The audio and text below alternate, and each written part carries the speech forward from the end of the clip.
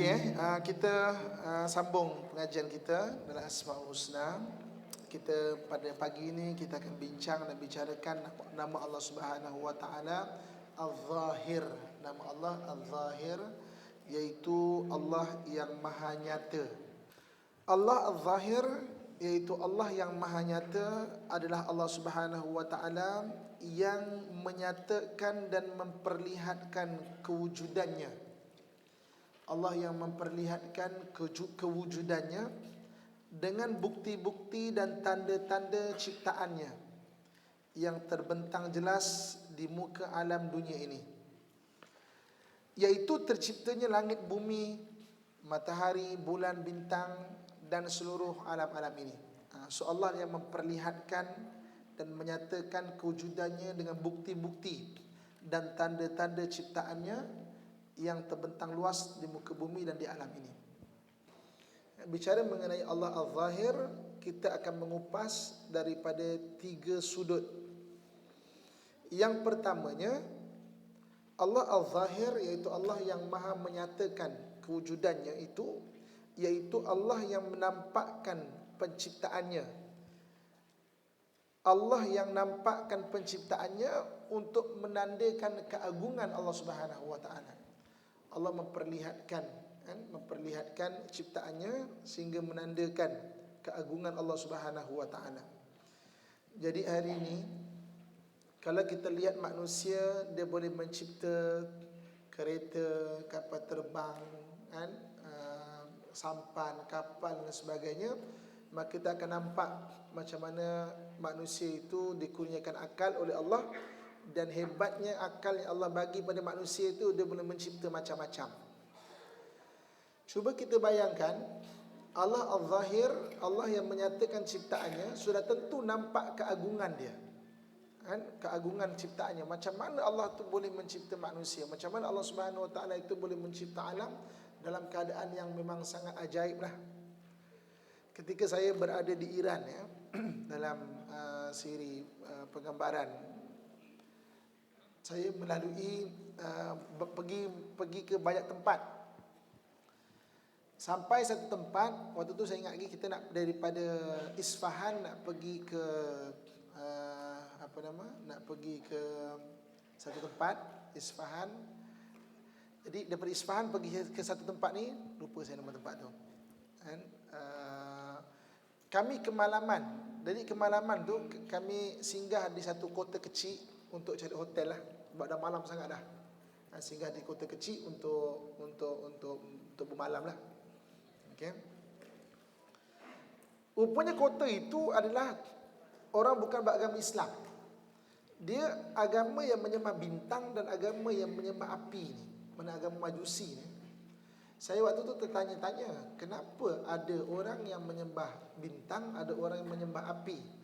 Dikala dakwah ni begitu hebat, kat TV ada, radio ada, macam-macam ada, masih lagi ada orang yang bukan beragama Islam. Habis daripada program di tempat itu, kami kena pergi ke utara Iran. Utara Iran ni, dan jalan paling pintas nak pergi ke utara Iran, kami melalui satu padang pasir, iaitu dipanggil Kavirilud. Dan dalam hidup saya, inilah pertama kali saya melalui tempat yang sangat cantik lah. Pada saya seolah-olah macam saya duduk dekat bulan ni. Sebab melalui Kavirilud ni, bintang tu kita ni macam seolah duduk dekat tempurung. Kaki langit tu bintang dah. Kaki langit tu bintang dah. Kaki langit tu bintang dah. Memang cantik. Satu malam lalu tu memang saya duduk belakang, baring, tengok bintang yang cantik sungguh lah. Kagum maknanya tengok bintang tu memang cantik sungguh lah. Sampai di utara Iran, malam berikutnya sejuk. Memang utara Iran sangat sejuk. Jadi kami bertamu dengan satu rumah orang lain. Jadi dia tengok kita orang Melayu ni kesejukan, dia pun ambilkan dahan-dahan apa semua, dia bakar unggun api lah dalam rumah dia, ada tempat dia tu.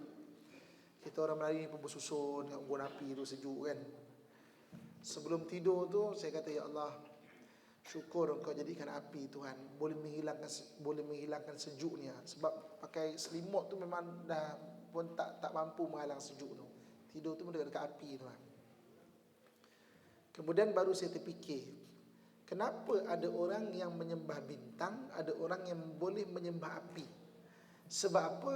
Kerana wujudnya rasa kagum pada bintang, ada orang yang boleh menyembah bintang. Dan berterima kasih pada api, ada orang yang menyembah api.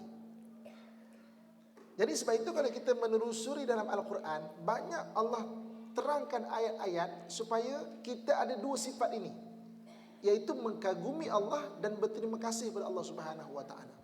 Dan orang yang boleh mengkagumi dan berterima kasih, dia boleh menyembah sesuatu itu. Nah, sebab itu dua benda ini ataupun dua perkara ini diminta oleh Allah Subhanahu wa taala untuk kita rasa. Kita lihat ayat Quran, banyak ayat Quran Allah menyuruh kita kagum pada Allah Subhanahu wa taala. Ibu-ibu, akak-akak sekalian kan, hari ini kita makan barang yang kita makan tak pupus-pupus. Ikan kita makan tak habis, ayam kita makan tak habis, kan? Lembu kita makan tak habis. Benda yang kita makan tak habis. Benda yang kita tak makan, benda itu yang pupus. Kita tak makan harimau Sumatera habis. Badak Sumatera, badak apa habis. Barang kita tak makan habis, barang yang kita makan tak habis. Cuba bayangkan, katakanlah ikan kita makan tu pupus ikan, susah juga hidup kita. Tapi Allah jadikan, ya Allah terima kasih Tuhan. Hari ini kita menyedut udara. Ada kita menyedut udara. Lebih kurang 7 bilion ataupun 6 bilion manusia ni dalam dunia ni sedut udara yang sama. Tak habis-habis udara sebut. Terima kasih ya Allah. Katakanlah udara tu terhad, berebut-rebut kita. Atau katakan Tuhan datangkan bil yang tak bulan udara tu kan. Susah. Setiap ujung bulan sedutnya pelan-pelan. Kenapa? Berjimat. Sebab nanti bil mahal. Macam mana bayar bil listrik kan. Tengok Allah bagi free saja. Ya Allah, kejadian Kau Tuhan, Allah jadikan Masya Allah tak putus-putus, tak habis-habis. Ini kekuasaan Allah. Allah Al-Zahir, Allah jadikan untuk kita rasa kagum dan berterima kasih kepada Allah Subhanahu wa taala. Kalau manusia itu dia rasa kagum dengan benda lain, dia rasa berterima kasih dengan benda lain, maka dia tidak akan mengagungkan Allah Subhanahu wa taala, dia agungkan benda lain. Ada orang yang mengkagumi artis, kan? Sebab cerita artis ni ditulis dekat paper, dekat majalah. Artis tu pakai baju ni tahu, kan? Artis tu berkemban dekat Bali pun tahu, kan? Boleh tahu, kecoh. Artis tu jatuh kat tandas pun boleh tahu. Kagum dengan artis tu. Kalau anda kata kadang-kadang ada yang nak buat berfashion macam fashion artis. Sebab apa? Kagum dengan artis. Tapi apabila kita alihkan kekaguman kita kepada Allah Subhanahu wa taala, kita boleh menyembah Allah Subhanahu wa taala dengan sebenar-benarnya. Dua benda ni kena ada. Zahir Allah menzahirkan ciptaan-ciptaan dia untuk kita rasa kagum dengan Allah dan untuk kita rasa berterima kasih dengan Allah Subhanahu wa taala. Dua benda ni ada, maka kita akan menyembah Allah yang sifatnya sifat kemuliaan, termasuk Al-Zahir, iaitu Allah yang maha nyata ini. Kemudian nyatanya Allah Subhanahu wa taala ataupun Al-Zahir Allah Subhanahu wa taala, Allah menampakkan makhluknya, makhluk ciptaan-ciptaannya itu, sehingga akhirnya kita lihat pergantungan makhluk itu kepada Allah Subhanahu wa taala pula. Tadi lahir rasa kagum dan berterima kasih. Ini kalau kita lihat makhluk-makhluk, kita akan nampak makhluk itu bergantung pada Allah Subhanahu wa taala. Saya ibu-ibu, akak-akak, tuan-tuan, ayah-ayah saya sekalian, kan pada 2000 awal tahun 2011 baru ni kan saya maknanya menyertai terjun payung sempena 100 tahun DCA, kan. Yang komando yang train saya tu kata, Ustaz orang paling beruntung. Tak ada dalam sejarah ni Ustaz, tak ada orang boleh terjun dekat dekat lapangan terbang. Sebab dia DCA terjun kat lapangan terbang, kan. Nak terjun tu okey, kejap ada kapal baru sampai daripada Kota Baru, kejap tunggu kejap. Kalau tak tepek terbang. Tak ada orang ada terjun kat lapangan terbang. Biasa orang terjun dekat lapangan-lapangan. Ini lapangan terbang tak ada. Kita saya naik tu kan, okey tunggu dulu ada kapal dah sampai dekat ni tunggu kapal tu landing barulah kita boleh terjun. Ketika saya terjun, tuan-tuan sekalian, Ada 2 ayat saja saya teringat. Saya teringat. Pertama, saya teringat ayat surah Muluk.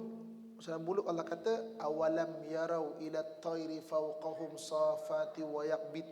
Tidakkah kamu memerhatikan bagaimana Allah lah, tidakkah kamu memerhatikan burung? Allah lah yang mengembangkan sayap dan Allah lah yang menutup sayap itu. Ma yumsikuhunna illa rahman. Tidak ada yang mengembangkan dan menutup itu melainkan dengan kekuasaan Allah. Dalam terjun payung sama juga. Terjun payung ni etis macam mana orang tak percaya pada Tuhan sekalipun, dia tetap mengatakan okey, kita dah buat alat ini 99% selamat, 1% kepada takdir. Etis macam mana orang terjun payung, dia tetap 1% pada takdir. Sebab kalau terjun payung tiba-tiba angin tak ada, payung tu tak boleh terbang. Macam kita naik kapal terbang, dia ada istilah air pocket. Maknanya ketika terbang tu angin tak ada, kapal terbang pun boleh jatuh. Zup gitu. Jadi yang mengembangkan payung tu tujuan ada udara, dia boleh terbang tu.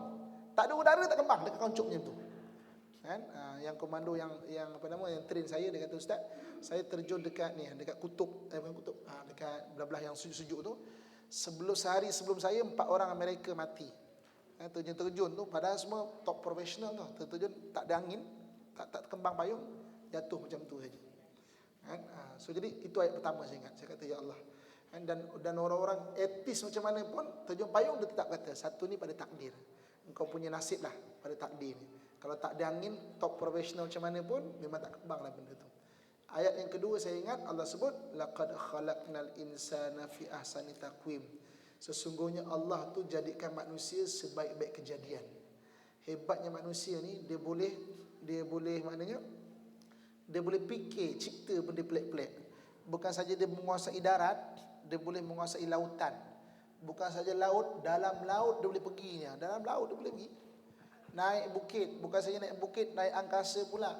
Bukan saja naik angkasa, bukan saja naik ke langit, terjun pula. Tak ada kerja betul lah. Naik terjun pula, tak ada kerja betul. Ni, manusia Allah berikan akal.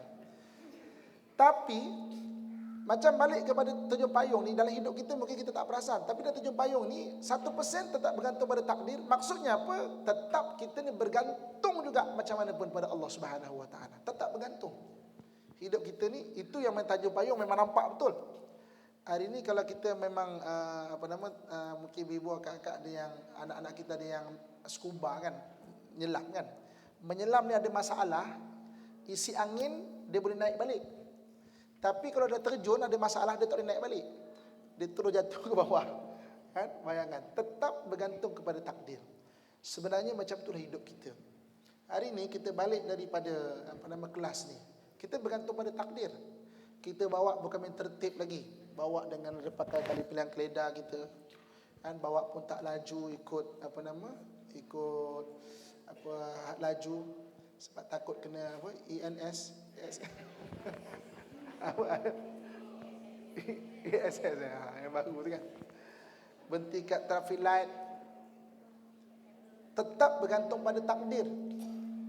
Ada satu kes di Melaka, betul-betul dekat persimpangan Teluk Mas. Orang tengah berhenti baik-baik, lori yang laju brek tak makan. Langgar kereta, terbabas pula dekat kedai makan. Orang tengah makan, semua banyak meninggal. Kadang-kadang kita bawa kita betul-betul tetap bergantung pada takdir. Kita bawa baik-baik, orang pula yang cuai ataupun keadaan-keadaan, akhirnya kita pula kena. Jadi hidup kita ni bergantung pada takdir. Kita makan kejap lagi. Ibu-ibu kakak sekalian kan, boleh bayangkan tak? Bagaimana matangnya lidah kita ni menari-nari di sebalik gigi ni. Bayangkan padahal lidah kita ni boleh terkeluar, boleh terlebih daripada gigi. Kan? Tapi makan tu dia boleh menari-nari tak kena gigi tu. Cuba yang kejap kita makan, cuba kita bayangkan. Kalau teringat kita mesti takut. Takut kan? Itu kan takdir. Sekali-sekali Allah keluarkan dia tergigit. Aduh, tergigit. Tapi kejap lagi cuba tengok Cuba tengok. Padahal lidah dan gigi ni daripada kita kecil kita makan, tapi takdir boleh tergigit. Nak cerita takdir Tuhan tu kalau Allah nak buat satu benda tu. Allah sebut dalam Quran, innama amruhu idza arada syai'an ay yaqula lahu kun fayakun. takdir itu. So jadi hidup kita ni bergantung pada takdir. Kita makan sejak lagi. Ada orang yang hari ini makan tercekik sampai boleh masuk hospital, sampai boleh meninggal. Ada orang kadang-kadang dia kata, "Ustaz, merokok ni membahayakan kesihatan." Ya betul. Atuk saya Ustaz 80 tahun merokok daripada muda, okey je. Meninggalnya sebab tertelan durian. Durian ni kesek-kesek pun sedut-sedut tersekat kat sini ya. Kita makan barang ni kejap lagi ni, kalau tanpa takdir Tuhan tersangkut tulang ke apa semua boleh memudaratkan. Tapi hidup kita ni, kita akhirnya kita rasa, oi, bergantung kita pada Allah Subhanahu Wa Taala. Sebab itu berbuatlah, beramallah mengikut kehendak Allah Subhanahu Wa Taala, insya-Allah Allah akan pelihara kita. Dan apabila kita mengetahui Allah Az-Zahir, Allah menyatakan makhluknya, apabila kita melihat kehidupan makhluk ni, kita akan tahu akhirnya makhluk ni bergantung Allah Subhanahu Wa Taala, dia akan lahir di satu amalan. Apa amalan itu? Kita akan banyak berdoa minta kepada Allah Subhanahu Wa Taala. Sebab itulah doa itu sebenarnya salah satu lambang pergantungan kita kepada Allah Subhanahu Wa Taala. Sebab itu para nabi dulu disebut dalam Al-Quran diajarkan tentang kaedah ataupun keadaan mereka berdoa. Daripada Nabi Adam pun lagi, ketika Nabi Adam berbuat kesalahan di syurga, dia terus berdoa pada Allah Subhanahu Wa Taala. Dia bukan kelang kabut untuk katakanlah menutup dia punya kemaluan dan sebagainya. Dia ditutup, tapi dia terus berdoa, Rabbana zalamna anfusana wa illam taghfir lana wa tarhamna lanakunanna minal khasirin. Tuhan, kami telah menzalimi diri kami Tuhan. Kalau Engkau tak ampunkan dan kasihani kami jadi orang yang rugi. Kemudian doa Nabi Allah Yunus alaihi salam.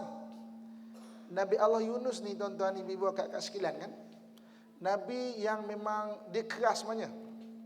Dia lahir di satu kampung bernama Ninawa. Ninawa tu di Iraq, di Iraq. Dan bumi Ninawa tu banyak melahirkan orang-orang yang memang ganas dalam hidup, dalam sejarah. Pernah dengar nama Nabucodonosor? Nabucodonosor, kan? Nabucodonosor, orang yang menghapuskan kota Jerusalem daripada Ninawa. Macam tu juga ada King George kelima yang menghancurkan sekitar maknanya Rom dan Jerusalem tu juga daripada Ninawa. Kan? Sebab itu ketika Amerika, kalau kita tengok pertama sekali diserang Iraq, pertama diserang adalah daerah Ninawa tu dulu. Dan Ninawa tu ada satu kampung kecil bernama Tikrit. Saddam Hussein berasal daripada situ. Tikrit Ninawa. Jadi Nabi Yunus ni dia orangnya keras sebenarnya, keras. Dia dakwah pada kaum dia tak terima, lantak engkau dia tinggal kaum dia. Dia pergi tinggal kaum. Kau tak nak terima, lantak engkau aku malah nak beritahu kau. Dia tinggal kaum dia. Kan? Dia orangnya keras. Dia lah satu-satunya nabi yang meninggalkan kaum dia. Kan? Nabi Musa ke Nabi Isa ke, kaum tak dengar datang juga. Ini tak dengar, lantak engkau lah. Dia pergi jalan. Dia naik kapal, tinggalkan kaum dia. Allah Subhanahu Wa Taala denda dia, kan? Didatangkan ribut, akhirnya dia diundi untuk terjun ke laut, dimakan oleh ikan, kan? Ikan nun ataupun ikan paus besar lah. Apa kata Al-Quran? Ketika berada di dalam laut, dia orang yang keras, diajar ketika dalam kesusahan pergantungannya pada Allah. Dia membaca zikir la ilaha illa anta subhanaka inni kuntu minaz zalimin. Tiada Tuhan melainkan Engkau ya Allah, aku di kalangan orang-orang yang menzalimi diri aku. Sampai Allah sebut, kalaulah tidak Nabi Yunus itu membaca benda itu, laula kana minal musabbihin la labitha fi batnihi ila yaumi yub'atsun. Dia mesti, kan, maknanya kekal sampai hari kiamat kat perut ikan. Nak ceritanya makhluk tapi bergantungan tetap pada Allah. Akhirnya Allah keluarkan Nabi Yunus tu di satu tempat bernama Jaffa. Kemudian dia berjalan di kampung Halhul, berdakwah di sana, dan maknanya meninggal ataupun wafat Nabi Yunus di sana tu, di Halhul. Kan, siapa yang jalan singgah Palestin, saya akan singgah makan Nabi Yunus. Dia tu orang keras sikit, keras sikit orang dia tu, Nabi Yunus. So jadi nak ceritanya, Nabi-Nabi itu diterangkan oleh Al-Quran, dia tu berdoa minta pada Allah. Kemudian sama juga Nabi Zakaria. Nabi Zakaria itu dah berumur, nakkan zuriat, minta pada Allah. Dia doa kepada Allah Subhanahu wa taala sampai Allah kata Allah hadiahkan dia untuk dapat zuriat. Macam tu juga nabi-nabi. Supaya apa? Diterangkan kenapa para nabi itu berdoa kepada Allah, jangan sampai kita minta dan berdoa pada benda lain. Sebab apabila manusia itu pergantungan tidak pada Allah, dia akan minta pada benda lain. Dia akan minta pada pokok-pokok. Dia akan minta pada jin. Tok anak cucu tumpang kencing. Minta kepada jin, minta pada penjaga-penjaga tu. Dan kalau kita tengok dalam tafsir kan, bukan saja orang Melayu, orang Arab macam tu juga. A'udzu bihadza a'udzu bisaid hadzal makan. Aku berlindung kepada tuan tempat ini. Dia kalau lalu ke lembah-lembah, dia akan cakap aku berlindung pada tuan tempat ini. Bukan saja orang kita, orang Arab macam tu juga banyak. Dia pun juga tok tumpang lalu tok. juga sama aja. Jadi apabila orang mengkagumi benda lain, dia akan minta dan berdoa pada benda lain. Dia minta pada kubur-kubur, dia minta pada pokok-pokok, dia minta pada benda lain. So Nabi sallallahu alaihi wasallam datang membetulkan, minta betulkan balik cara berdoa. Supaya Allah az-zahir, Allah nyata, nampak makhluk ni memang lemah dan perlukan Allah Subhanahu wa taala sebagai yang melindungi dia, yang menunaikan segala hajat-hajat dia. Dan yang ketiga, yang terakhir, Allah az-zahir, Allah yang maha nyata, yang memperlihatkan kewujudannya dengan bukti-bukti dan tanda-tanda penciptaannya. Zahirnya, nampaknya Allah Subhanahu wa taala itu meliputi zaman dan juga tempat. Meliputi zaman dan juga tempat. Sebab Allah Subhanahu wa taala itu al-awwal wal akhir.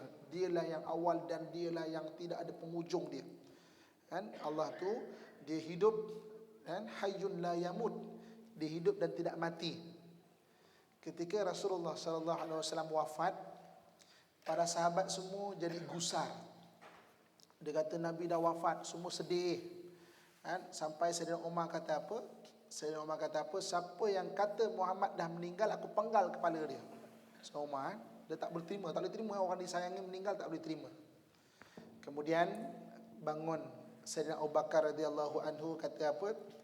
Man kana ya'budu Muhammad fa inna Muhammad qad mata. Wa man kana ya'budu Allah fa innallaha hayyun la yamut. Barang siapa yang menyembah Muhammad, Muhammad akan mati. Tapi barang siapa yang menyembah Allah, Allah tu hayyun la yamut. Allah tu hidup dan tidak mati-mati. Ya. Jadi zahirnya Allah, maha nyata Allah, nampak meliputi setiap zaman dan setiap masa. Dia tidak tertakluk kepada macam manusia. Hari ini raja hebat, berkuasa, berlalu masa tua, dan tua tu akhirnya lemah, lemah tu akhirnya mati. Tapi Allah Subhanahu wa taala itu dia meliputi seluruh daripada masa dan juga tempat. Okey, kita lihat surah rujukan kita. Surah rujukan kita surah Al-Baqarah ayat 164. Ayat 164. Surah Al-Baqarah ayat 164 164. Allah menyatakan auzubillahi minasyaitonir rajim. Inna fi khalqis samawati wal ardi wa ikhtilafil laili wan nahari wal fulki allati tajri fil bahri bima yanfa'un nas wa ma anzalallahu minas samai ma'in fa ahya bihil arda ba'da mautiha وبث فيها من كل دابة